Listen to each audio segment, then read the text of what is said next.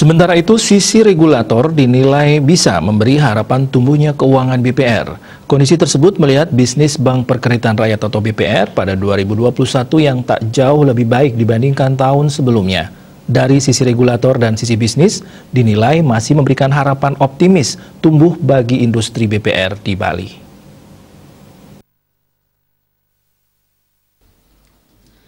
Wakil Ketua DPD Perbarindo Bali, Gusti Ngurah Gede Budiawan mengatakan, kinerja industri BPR 2021 akan tumbuh lebih baik ketimbang tahun sebelumnya.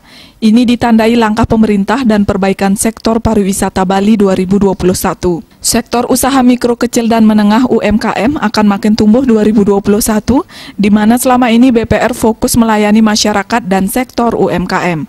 Ketika sektor UMKM makin tumbuh, praktis keuangan BPR akan makin meningkat.